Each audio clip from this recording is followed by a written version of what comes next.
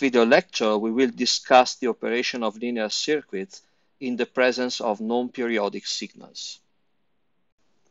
We will then deal with the concepts of frequency response and transfer function for a linear circuit. Let us consider now the case of a non-periodic signal at the input of a linear circuit. We will actually see that also in this case, by means of the so-called Fourier Transform, the signal, the non-periodic signal, can be represented as the sum of sinusoidal components. Instead of being obtained as the sum of sinusoidal components over a discrete set of frequencies multiple of a fundamental frequency, a non-periodic signal will be obtained as the sum of sinusoidal terms with a continuous frequency spectrum. We have seen that in the case of the Fourier series, the signal components feature frequencies which are multiples of a fundamental frequency omega 0 equal to 2 pi over the period of the signal t. Now, a non-periodic signal can be seen as a signal whose period goes to infinity. Of course, as t approaches infinity, omega 0 tends to a very small frequency, an infinitesimal one, d omega. Consider that omega 0 t over 2 pi, by definition, is always equal to 1. And this is true also when t approaches infinity. Now we know that if v of t is a periodic signal, then the signal can be expressed through a Fourier series as the sum for n going from minus infinity to plus infinity of a coefficient Cn times e to the j n omega 0 t. If we multiply the series by omega 0 t over 2 pi, we are not going to alter the expression because, as we said, omega 0 t over 2 pi is equal to 1. If we let the period t approach infinity, we can rewrite v of t as 1 over 2 pi, the sum for n going from minus infinity to plus infinity of Cn t e to the j n delta omega 0 t times delta omega 0. By replacing omega 0 with delta omega 0, we want to emphasize the fact that as the period becomes large, the fundamental frequency omega 0 tends to a very small value. Now, if t goes to plus infinity, then delta omega 0 will tend to an infinitesimal quantity, the omega, while n delta omega 0, with n that can increase indefinitely, will be replaced by a continuous variable omega. At this point, with the discrete variable n omega 0 turning into a continuous variable omega, the operation of sum of the frequency components will be better described by an integration.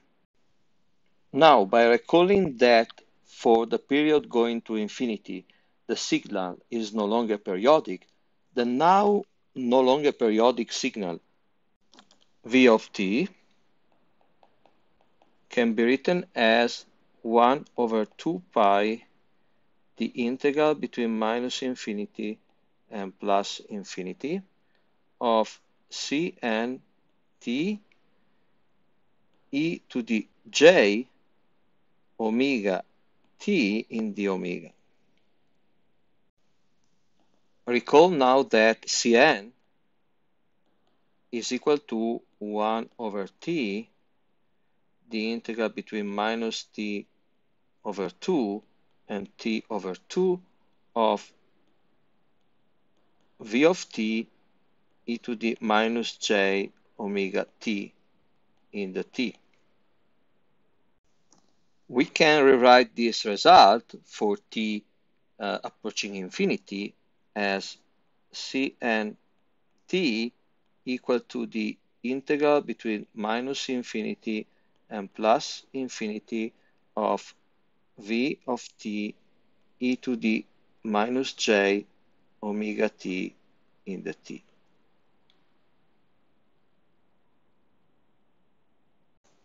The equations we have just obtained are the defining equation for the Fourier transform and the Fourier antitransform, which together form a Fourier pair. In particular, the Fourier transform is given by Cn times t equal to v of omega with a circumflex or a hat over the symbol of the transform, and this is equal to the integral between minus infinity and plus infinity of v of t e to the minus j omega t in the t. The convention typically followed is that of using the capital letters for the Fourier transform and also for the Laplace transform, which we will meet later on in this video lecture, and the lowercase letters for the signals in the time domain. The corresponding Fourier antitransform, which is the signal in the time domain,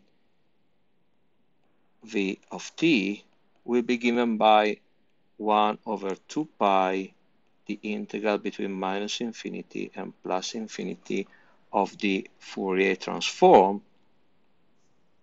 v of omega e to the j omega t in the omega.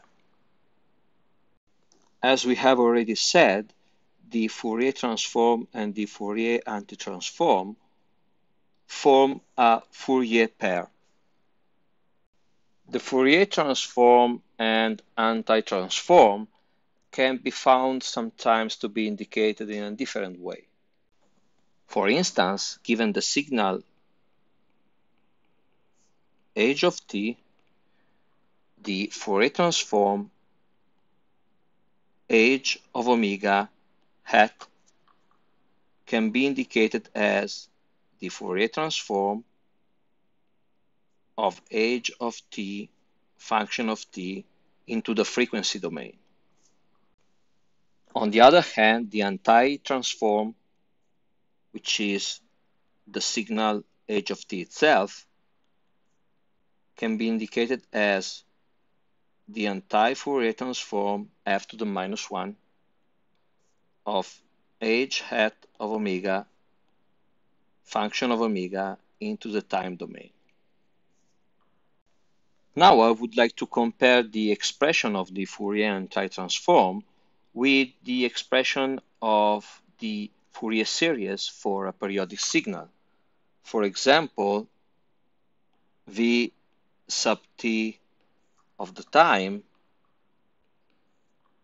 equal to the sum for n going from minus infinity to plus infinity of Cn e to the j n omega 0 t.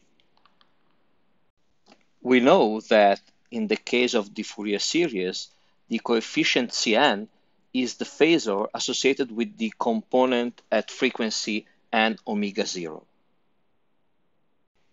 A very similar role is played by the Fourier transform v hat of omega in the representation of v of t through the Fourier anti-transform. Let us consider the case of a circuit where a non-periodic signal is applied to a linear component with impedance Z. Let v hat of omega be the Fourier transform of the signal generated by the signal source. Let I hat of omega be the Fourier transform of the current flowing through the component with impedance Z. Given the above analogy between phasors in the Fourier series and the Fourier transform, we may be tempted to extend the results we got for the current-voltage relationship in linear components in sinusoidal regime to the present case of non-sinusoidal, non-periodic signals. If we do that, if we extend those results to the present case, then we can write that I hat of omega is equal to V hat of omega divided by the impedance Z.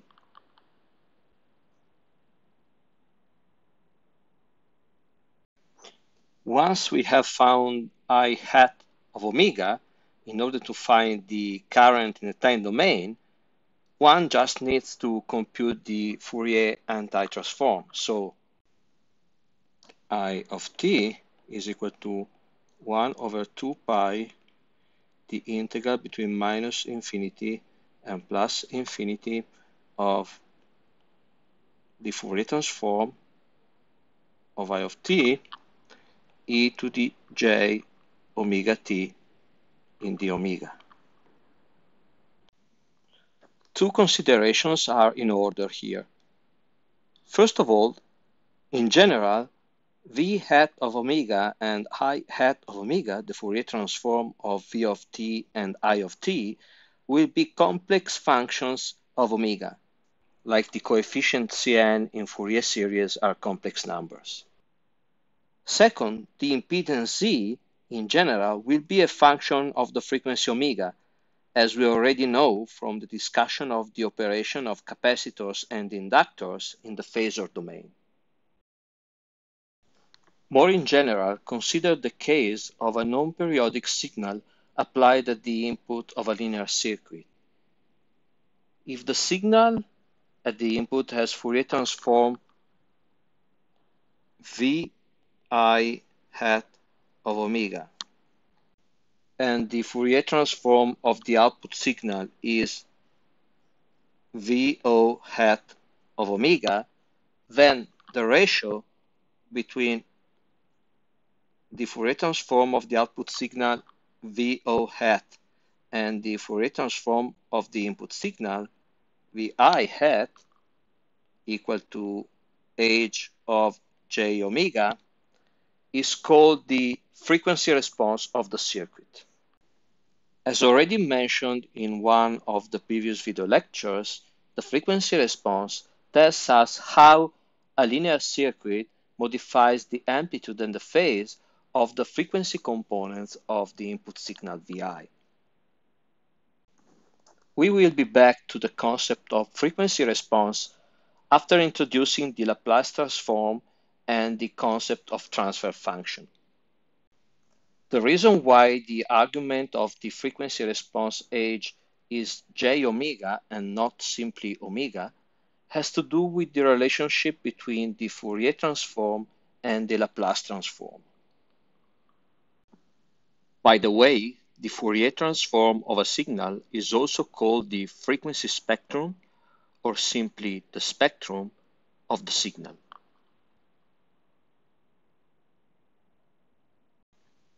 Let us consider a real function of time, f of t. Then the Laplace transform of f of t, capital F of s, is defined as the integral between 0 and plus infinity of f of t e to the minus st in the t, where s is a complex variable, so a variable in the form real part sigma plus j times an imaginary part omega. This definition bears some clear resemblance to the definition of Fourier transform. In particular, the Fourier transform of the function f of t will be f hat of omega equal to the integral between minus infinity and plus infinity f of t times e to the minus j omega t in the t. Incidentally, as in the case of the Fourier transform, it is possible to use a more compact notation to indicate the Laplace transform. In particular, the Laplace transform can be indicated as f of s equal to the Laplace transform of f of t, function of t, into the Laplace domain, while the Laplace anti-transform, which is the function f of t itself, can be indicated as the Laplace anti-transform L to the minus 1 of f of s, function of s, into the time domain. Note that, as already mentioned when discussing about the Fourier transform, also for the Laplace transform, lowercase letters are typically used to indicate functions in the time domain, while the corresponding capital letter is used to indicate the Laplace transform. While the definitions of the Laplace and the Fourier transform, as we said, are somewhat similar, I would like now to emphasize the main differences. The first difference is that the integral in the Laplace transform is computed over the interval 0 plus infinity, while in the case of the Fourier transform, the integral is computed between minus infinity and plus infinity. The second difference is that in the Laplace transform, the complex variable s can vary in the region of convergence of the integral, while in the Fourier transform, omega can take any real value, which means that j omega can vary along the entire imaginary axis.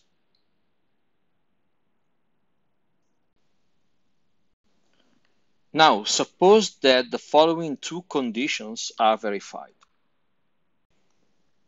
First of all, f of t is equal to 0 for t smaller than 0, which means that f of t is a so-called causal signal. Second, the imaginary axis is included in the region of convergence of the Laplace transform, which means that the integral of the Laplace transform exists for s equal to j omega. If these two conditions are true, then the Fourier transform of f of t, f hat of omega, can be written as the integral between 0 and plus infinity of f of t, no longer integral between minus infinity and plus infinity because f of t is 0 for negative values of the time. So the integral between 0 and plus infinity of f of t e to the minus j omega t in the t, but this is equal to the integral between 0 and plus infinity of f of t e to the minus s t in the t with s equal to j omega. But this is simply the Laplace transform of f of t, so f of s just computed in s equal to j omega, which is therefore f of j omega. This result, which is valid when the two above conditions are verified, tells us that in case we know the Laplace transform of a signal,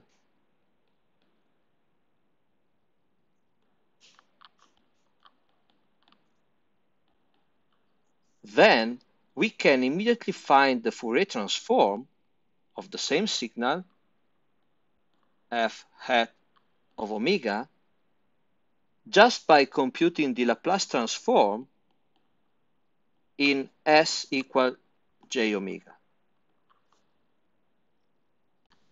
It is worth emphasizing that conditions 1 and 2 are verified in virtually all the cases of interest for linear circuit analysis.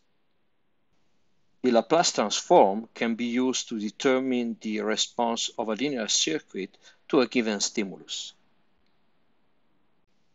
In particular, the Laplace transform makes it possible to translate a system of linear differential equations describing the behavior of a linear circuit in the time domain in a system of algebraic equations in the domain of the auxiliary variable S. The degree of the algebraic equation system will be the same as the order of the differential equation system. By means of the Laplace transform, the way a linear circuit affects a given signal can be expressed by means of the so-called transfer function.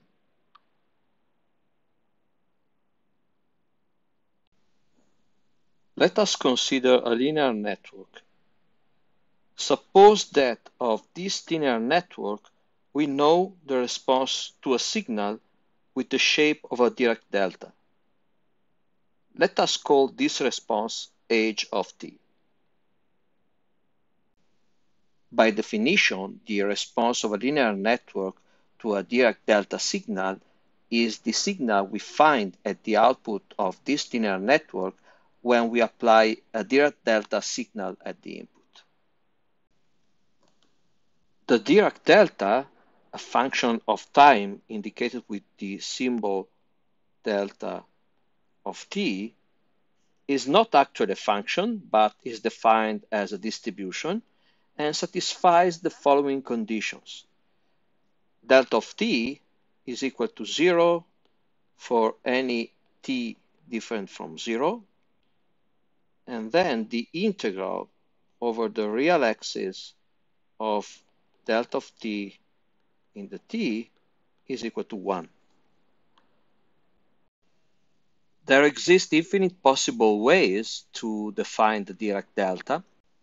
One possible definition is as the limit for n going to infinity of the succession of functions gn of t equal to n by 2 times the indicator function between minus 1 over n and 1 over n of t.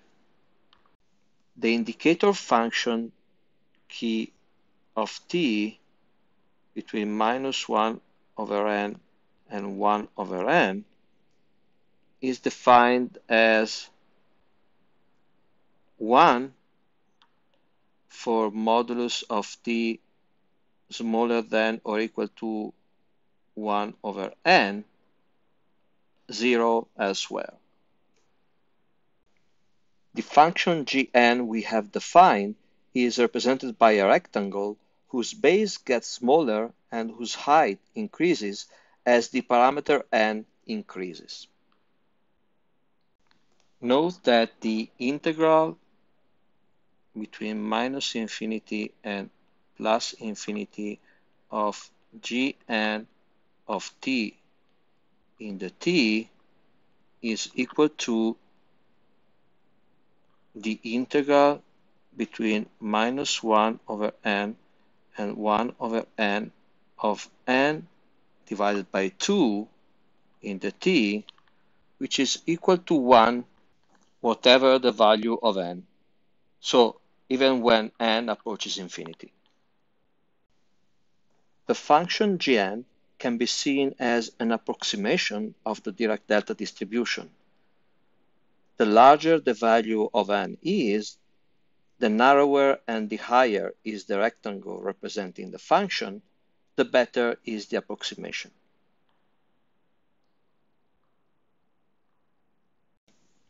As we said, the Dirac delta is not a function, so, rigorously speaking, it could not be represented as a function in a Cartesian plane. However, for convenience, one can represent the delta as a function which is zero everywhere and goes up just in the axis origin. So, as we defined it, the Dirac delta is zero for any t different from zero. In general, the Dirac delta is zero when the argument is different from zero.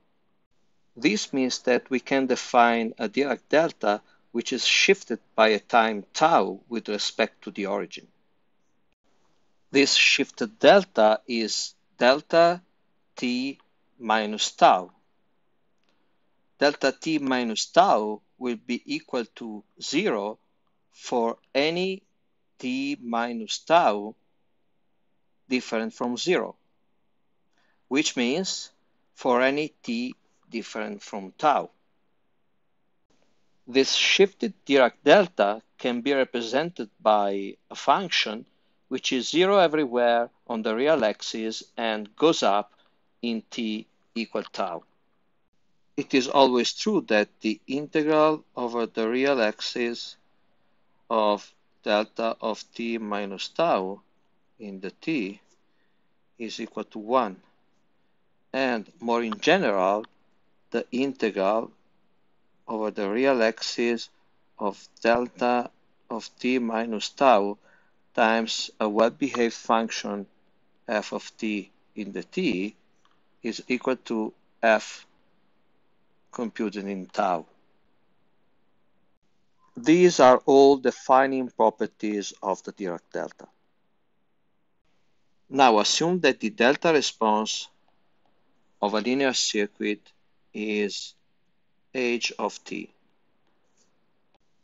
Then the response of the same circuit to an input signal alpha times delta of t with alpha a real number will be alpha h of t.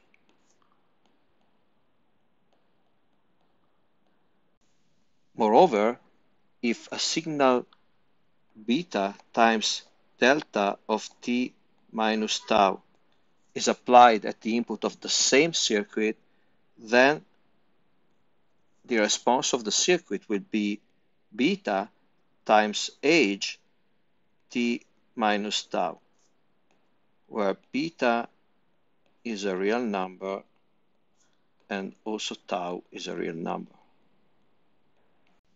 These results follow from the linearity properties of a linear circuit.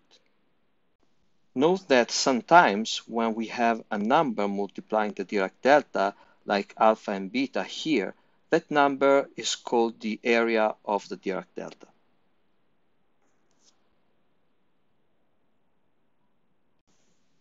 Let us assume we know the delta response of a linear circuit. We wonder if this knowledge is sufficient for us to find the response of the circuit to any input signal f of t. Let us suppose that f of t has the shape presented here. Let us now subdivide the time axis in small intervals delta tau and the area below the function in small rectangles with base width delta tau. Each of these rectangles should be regarded as an approximation of a Dirac delta. Let us indicate with tau 1, tau 2, tau 3, tau I, the time corresponding to the leading edge of each of the rectangles in which the area below f of t is subdivided. Let us consider now the response of the circuit to the ith rectangle. So the rectangle with bleeding edge at tau I responds at t larger than tau I. The area of this rectangle will be given by f of tau I, so the value of the function at the time t equal to tau I, which is the height of the rectangle, times delta tau, which is the base of the rectangle. Now, this rectangle can be regarded as an approximation to a Dirac delta. So, the response of the circuit to this rectangle can be approximated to the response to a Dirac delta with area f of tau I delta tau and shifted by tau I with respect to the origin. Let us call this response u sub I of t. The response will be given by the area of the Dirac delta, so f of tau I delta tau times the response of the circuit to a shifted Dirac delta, so h of t minus tau I. To find the response of the circuit to all these small rectangles up to the generic time t, we can apply the superposition principle. In particular, this response will be given by Vn of t equal to the sum for I going from 1 to n of f of tau I delta tau times h of t minus tau I, where n is equal to the largest integer smaller than t divided by delta t.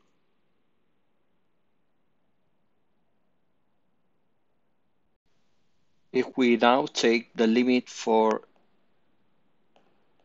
delta tau going to 0 of v and of t,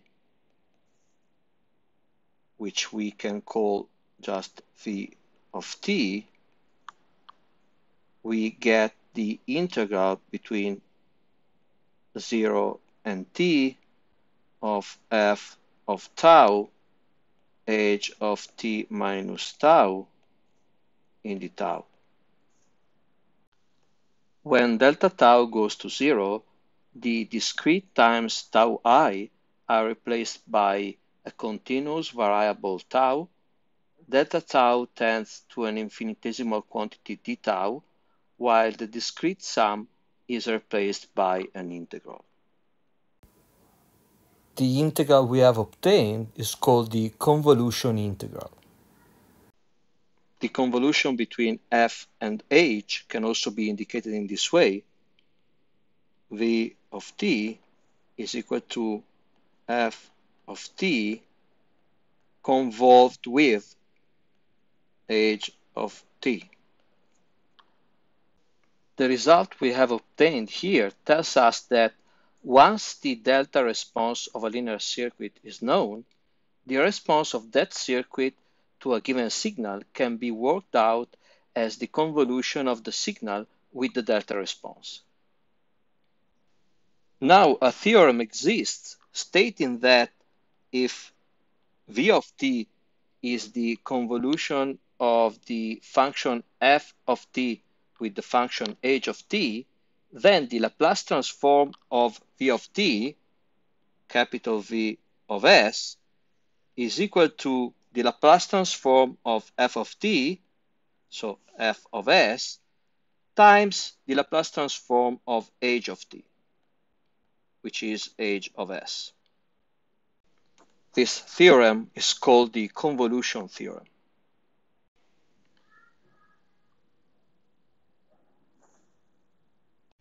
In particular, in this expression, h of s is the Laplace transform of h of t.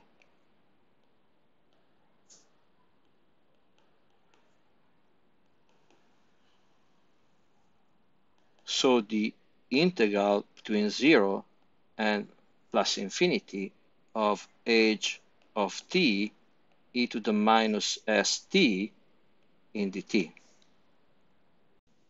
H of s is called the transfer function of the linear circuit.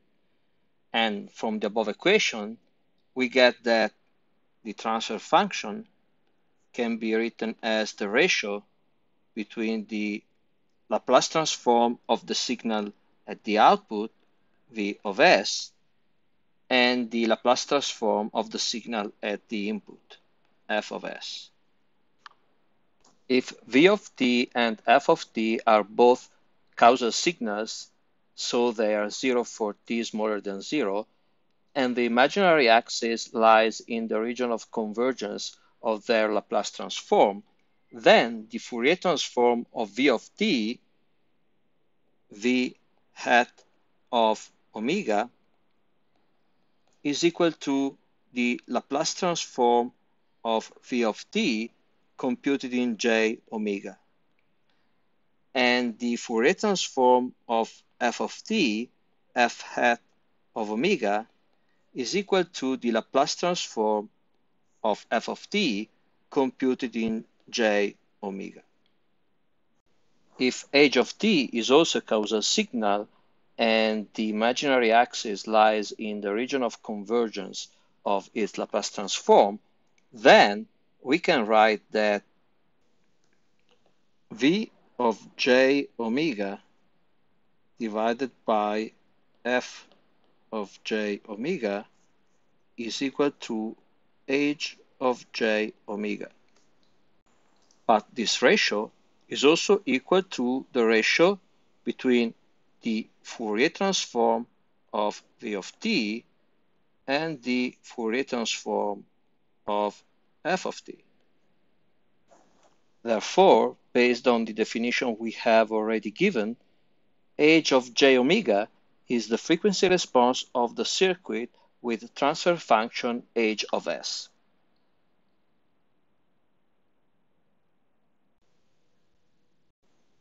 A few considerations about the frequency response and its meaning are in order here.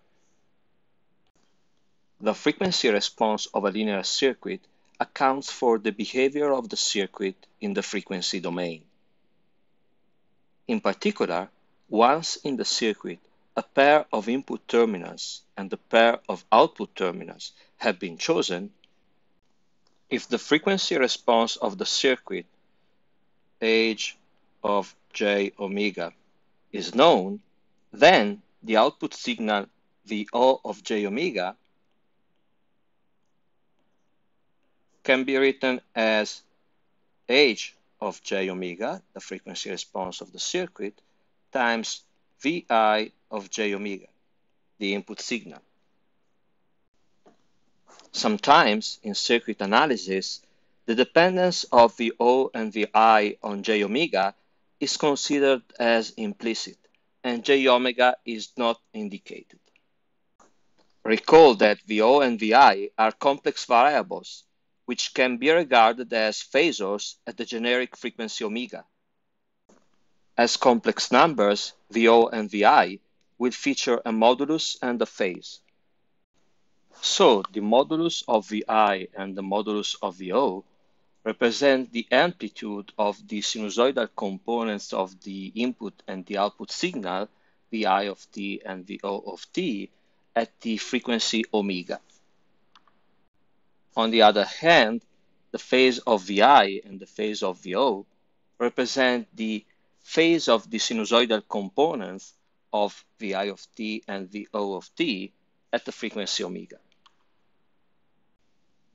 Based on the properties of the complex numbers and on the above equation, we can therefore write that the modulus of VO of j omega, which is the amplitude of the sinusoidal component of VO of t at frequency omega, is equal to the modulus of Vi of j omega, which is the amplitude of the sinusoidal component of the input signal at the same frequency, times the modulus of the frequency response at the same frequency.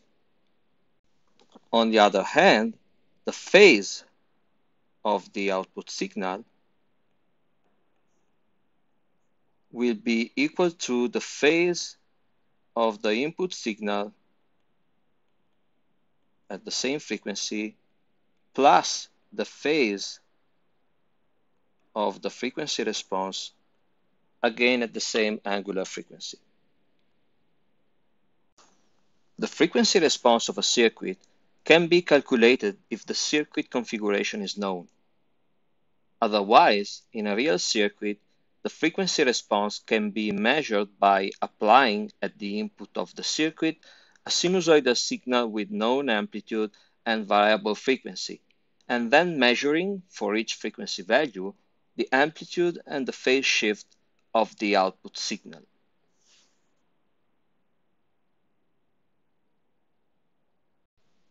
A very general expression for the transfer function of a linear circuit is given by T of S equal to 1 plus n1s plus n2s squared plus dot dot dot plus n sub n s to the nth power divided by 1 plus d1s plus d2s squared plus dot dot dot plus d s to the dth power. The degree n of the polynomial at the numerator must be smaller than or equal to the degree of the polynomial at the denominator plus 1 for the network to be feasible. Generally, d is larger than n. The coefficient n sub I and d sub I of the two polynomials has to be regarded as real numbers. As a consequence of the fundamental theorem of algebra, the numerator will have n complex roots, while the denominator will have d complex roots. Recall that if a complex number is a root of a polynomial, then also its complex conjugate is a root of the polynomial. Based on the fundamental theorem of algebra, T of S can be rewritten as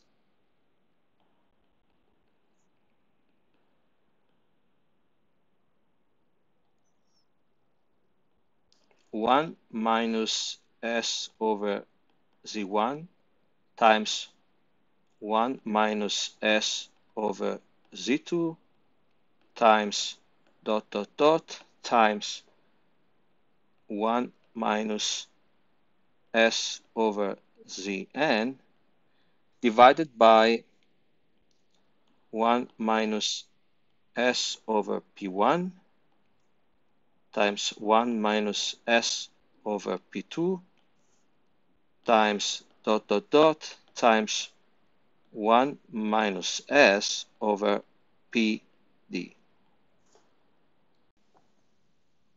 Z1, Z2, Zn at the numerator are called zeros of the transfer function, while the pi's at the denominator are called poles of the frequency response. If we replace S with j omega in the previous expression of the transfer function, we get the corresponding expression for the frequency response, which will be given by T of j omega equal to 1 minus j omega divided by Z1 times 1 minus j omega divided by Z2 times dot dot dot times 1 minus j omega divided by Zn divided by 1 minus j omega divided by P1 times 1 minus j omega divided by P2 times dot dot dot times 1 minus j omega divided by PD. If zeros and poles in the transfer function are real and negative, then the frequency response above can be written again as T of j omega equal to 1 plus j omega divided by the modulus of Z1 times 1 plus j omega divided by the modulus of Z2 times dot dot dot times 1 plus j omega divided by the modulus of Zn divided by 1 plus j omega divided by the modulus of P1 times 1 plus j omega divided by the modulus of P2 times dot dot dot times 1 plus j omega divided by the modulus of PD.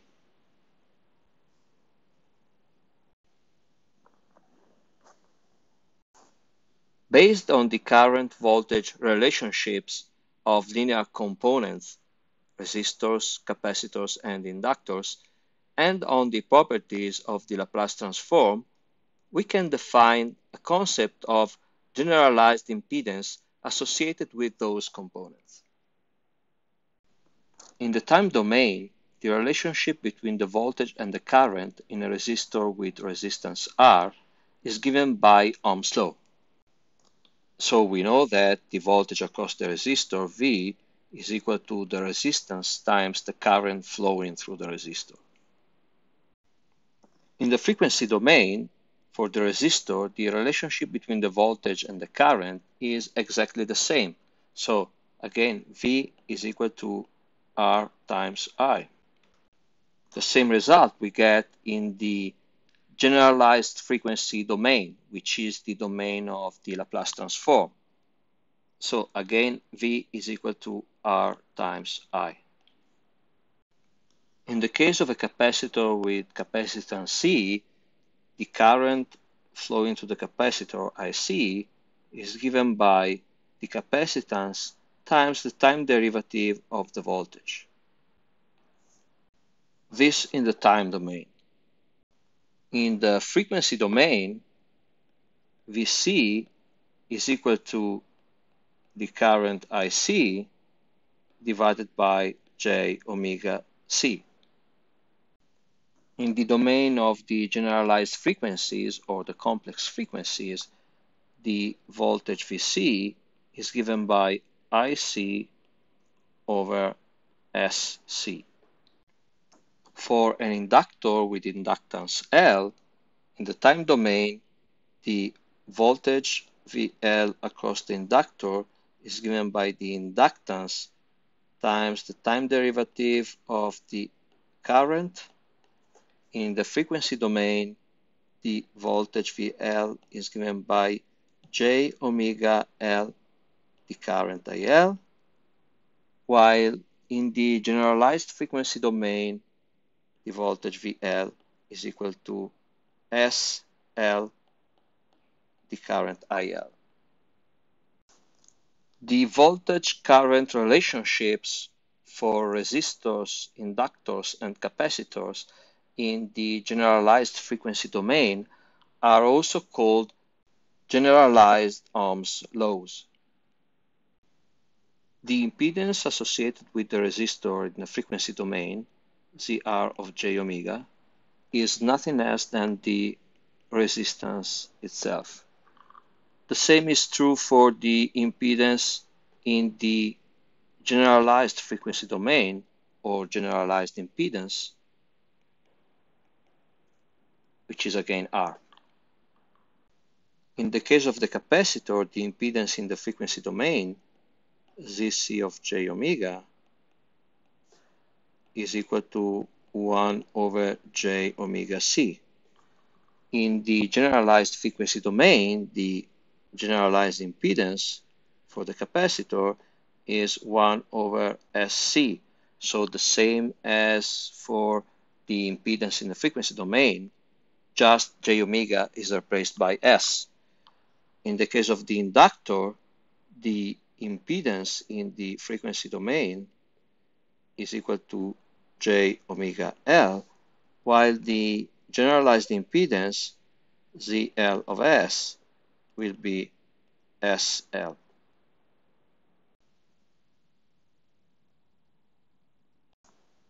In general, the analysis of linear circuits in the time domain, in particular in the case of transient signals, requires that a system of linear differential equations be solved.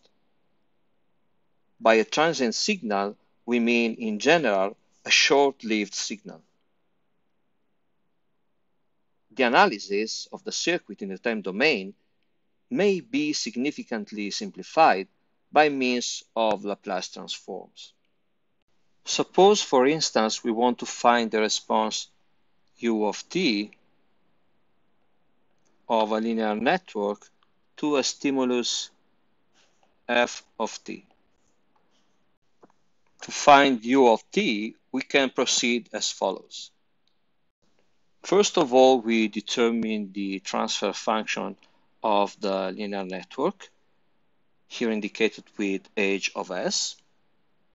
We then compute the Laplace transform of the stimulus f of t, and we get f of s. From the transfer function h of s and the stimulus f of s, we can calculate the Laplace transform of the response of the circuit, u of s, as f of s times h of s. The response of the linear network in the time domain, u of t, can be computed by calculating the Laplace antitransform of u of s. So by antitransforming u of s, function of s, into the time domain. By taking advantage of the properties of the Laplace transform and of the available lists of computed Laplace transforms, it is possible to easily solve a number of different circuits with different input stimuli.